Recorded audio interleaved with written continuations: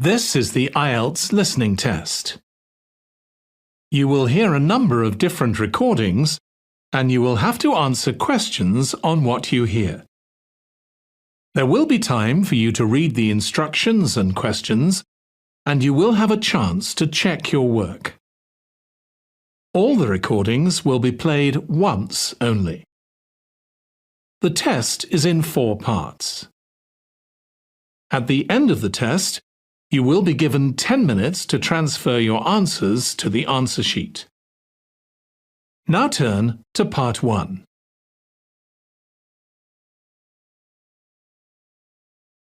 Part 1. You will hear a science student inquiring about English courses at a university language centre. You now have 30 seconds to read questions 1 to 7.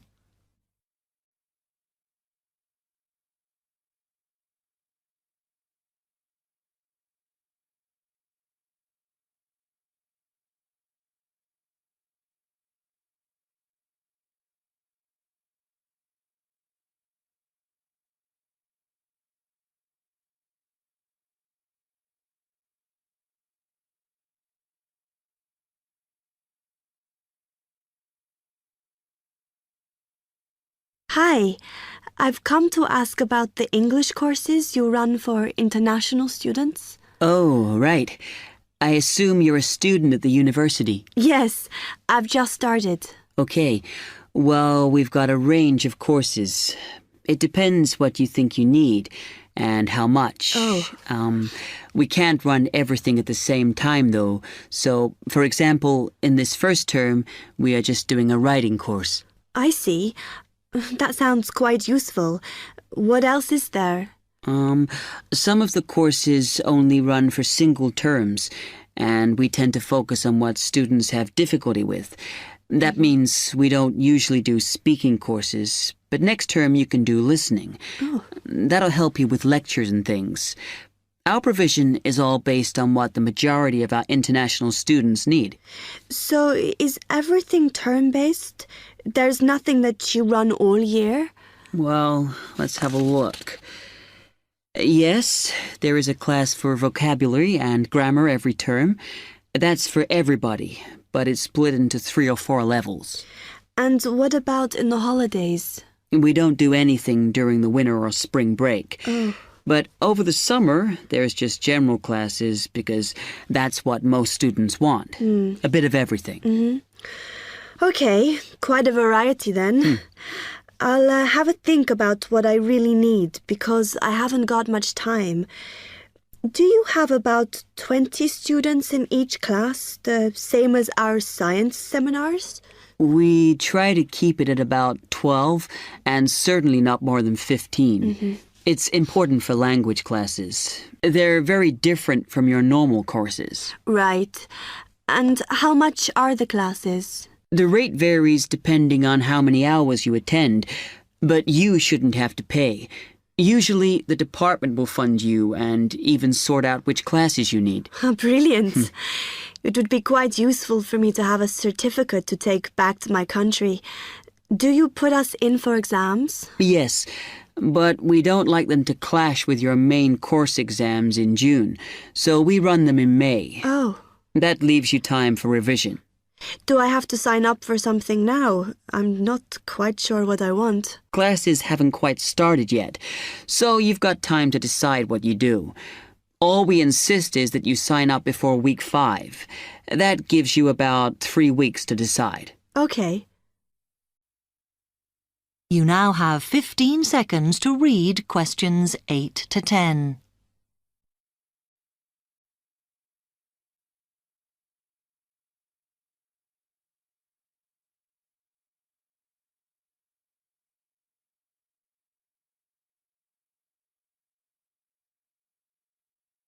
Then, when you've made up your mind, you need to come back here to the administration office to enroll. What do I need to bring with me when I enroll?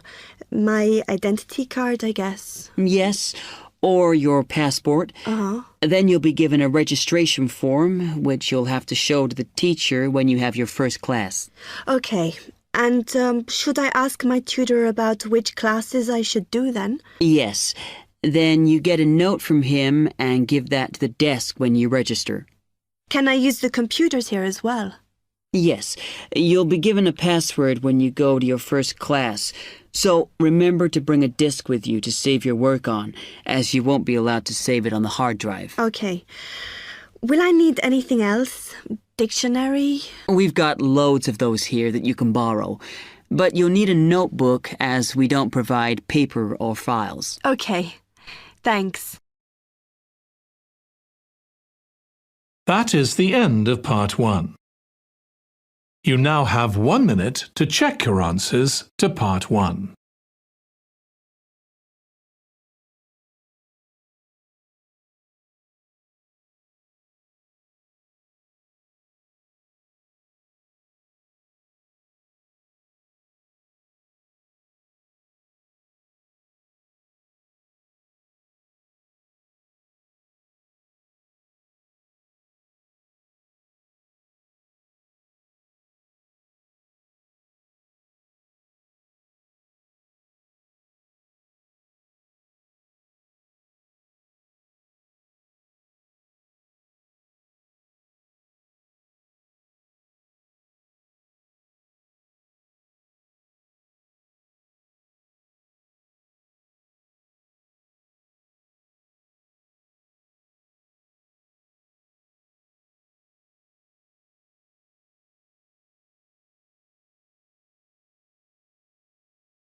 Part 2.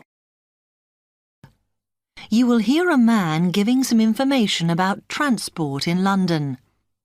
You now have 30 seconds to read questions 11 to 15.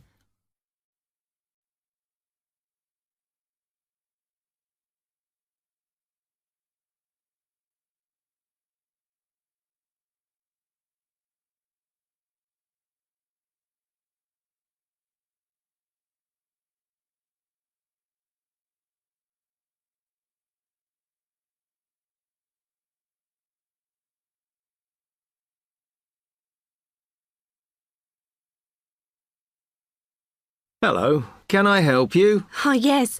I was wondering what the best way was for me to get around London. Well, there are a lot of possibilities. As you probably realise, the main ways to get around are bus, train and tube. Oh. The Underground. Oh. It depends how much you want to spend. All forms of transport offer special tickets, such as cheap day returns on the trains and so on.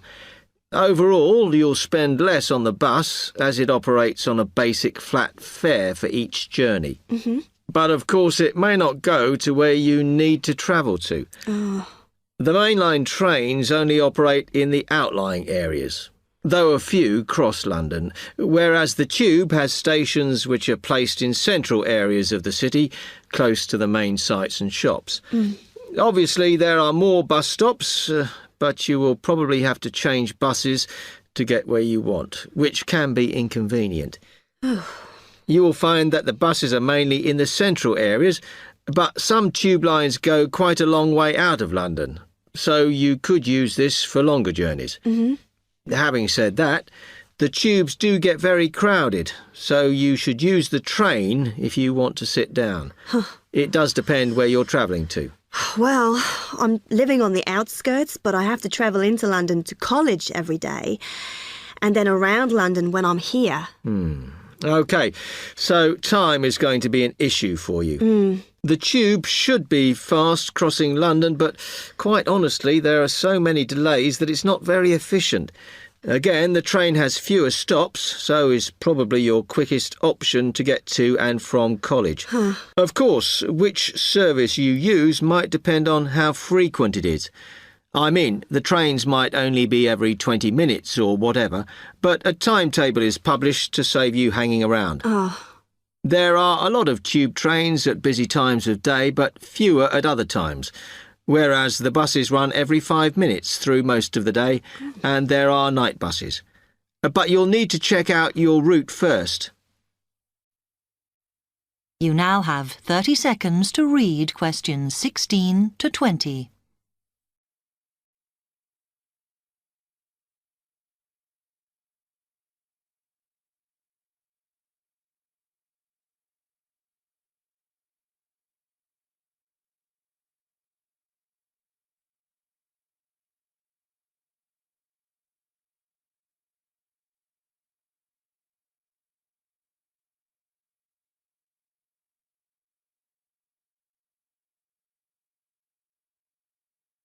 OK, thanks.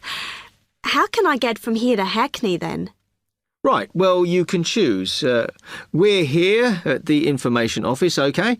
Now, next to us, on the corner of the High Street and Sweet Street, is the bus stop, opposite the bank. Uh-huh. The bus goes all the way to Hackney, but it is a very indirect route, so it could take ages. Oh. If you want to take the train, walk down the High Street towards the city, go past the bank, and on your left is the station, just before you get to the post office. There's a mainline service to Hackney Wick, so if you need to get into the centre of Hackney, you may need to pick up a bus when you get there. Opposite the post office, on the corner of Hart Lane, is the tube entrance. You'll see the big signs. That's probably the best way to get there, though you may have to change. It's probably best if you go and get a travel card first. Oh. To get to the ticket office, you go out of here onto the High Street. Then turn into South Street, and the ticket office is on your right opposite the cinema. Of course, you may decide it's quicker to take a taxi. But it's a long way, so I think it'll be very expensive. If you do want to get a cab, then the rank is outside here, just opposite the office. That is the end of part 2. You now have 30 seconds to check your answers to part 2.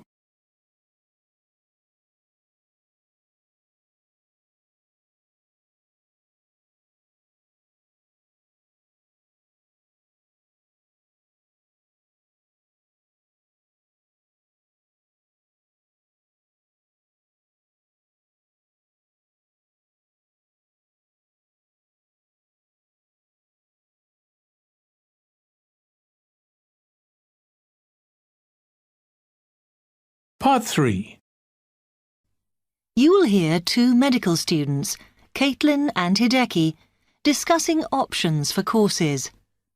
You now have 15 seconds to read questions 21 to 23.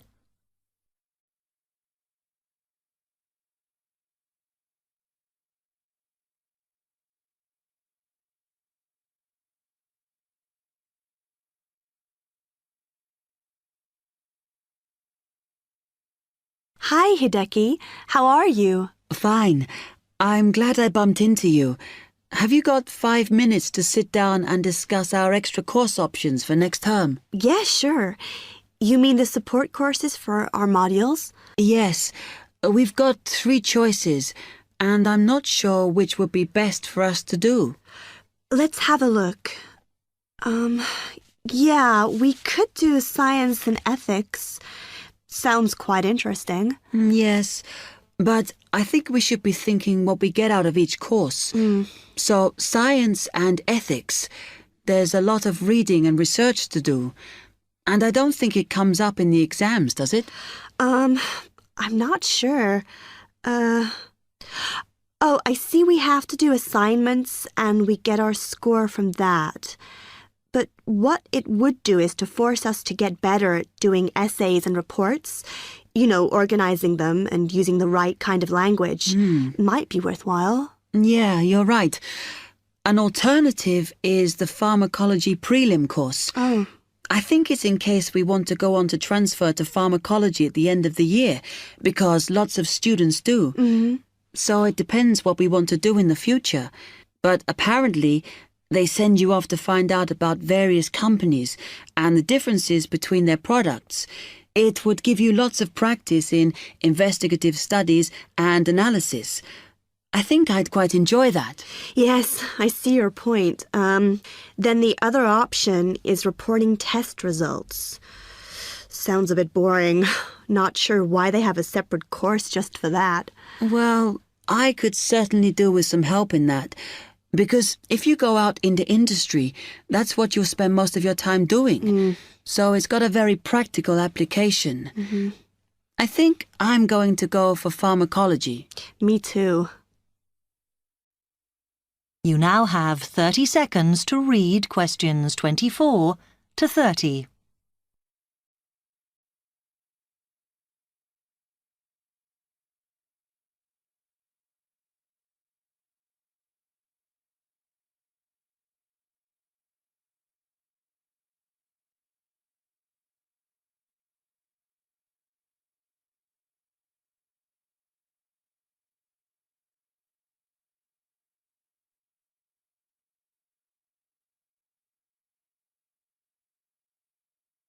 So let's have a look at it in more detail. Oh, goodness. If we do pharmacology, then we have to do a supplementary maths course. Oh no, that's not fair. Mind you, I think I need it. Does that mean we have twice as many lectures? No, this maths is only a short course. The chemistry department are responsible and they do it in the 3rd term. So we've got all next term to settle into the pharmacology bit. I find the tutor makes a real difference. Some of them make chemistry so easy, and some of them I can't understand at all. Like that one we had from Oxford University. Oh. Mind you, the one on this course should make sense because he's a lecturer who's coming in for a few weeks from industry. So at least it'll be linked to the real world. Yeah. The project we have to do on this pharmacology course is huge, and it doesn't give us much time. We have to make a decision about what we want to do on the project as soon as we start in January, and then hand in our plans before the end of the month. Doesn't give us much time to sort out what's possible or not. I mean, doesn't the scale of our project depend on what resources we can have? Like what equipment we can use? I suppose so, though I think there's plenty available. For example, it says that if we need to do any experiments, then we can use all the equipment in the new lab, as long as we book it. Oh, okay. It's slowly beginning to take shape for me. I think it'll be a good course. I'm just worried that I get enough support to do it. I think you'll be okay. And the tutors are always available if you get stuck. Actually, it says that if you're not sure, then in December, they'll be running 1 or 2 additional seminars. So I might go to those.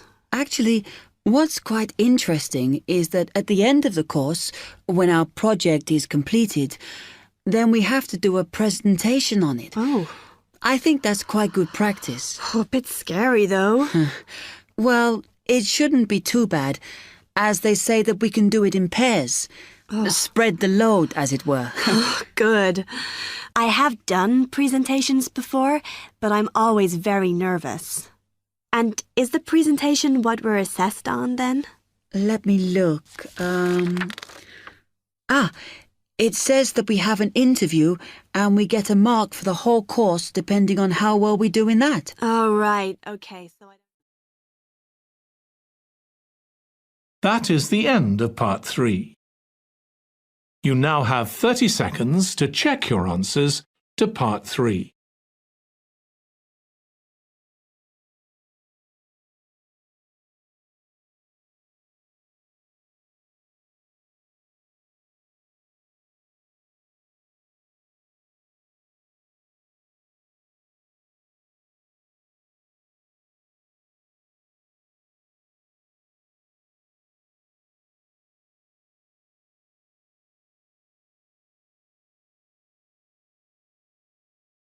Part 4.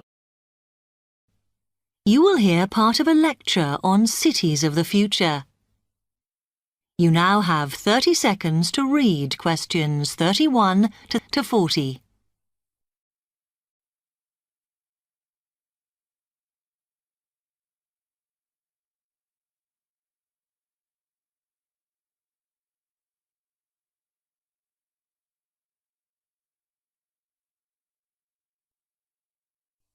OK, we've been looking at how societies will develop in the future and at the increase in the size of cities. So I want to talk to you today about the key considerations in these cities of the future.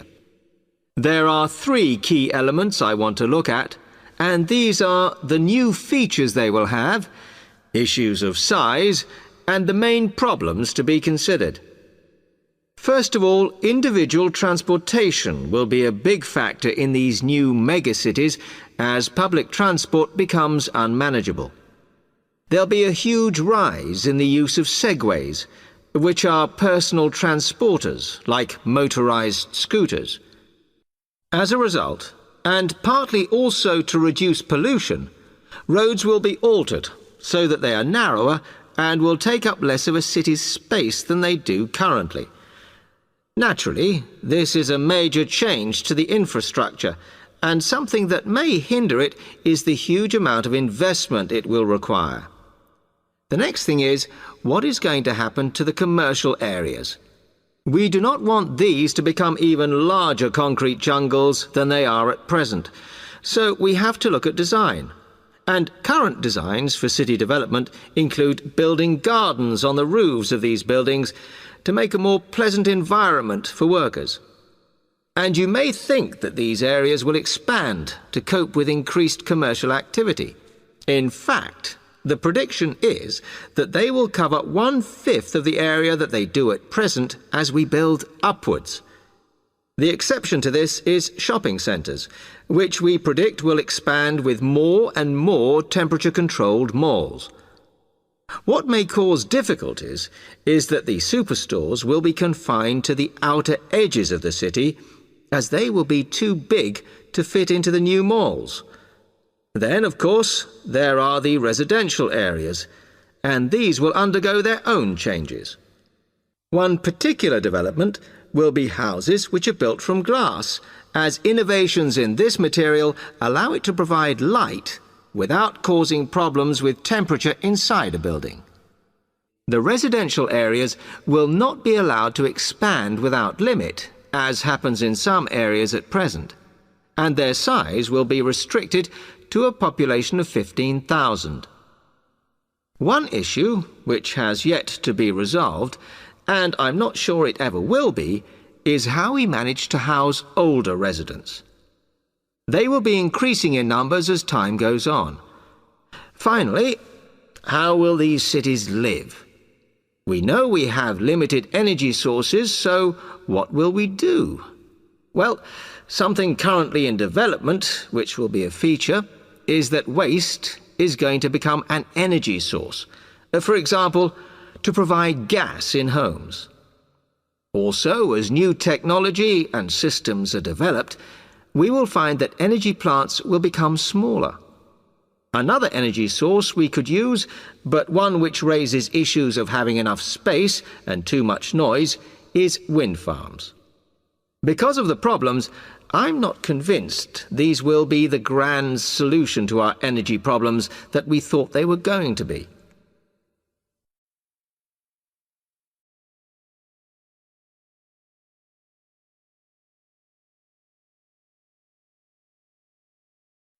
Now, moving on to looking at the social aspect of cities, we need to look at housing and how people will live. Cities currently have flats in the centre, populated by single people and wealthier residents, and families tend to move to the outskirts. In the future, the centre of cities will see a dramatic change. We will see many more examples of cooperative buildings. This is where people join together to form a company that owns the building they live in.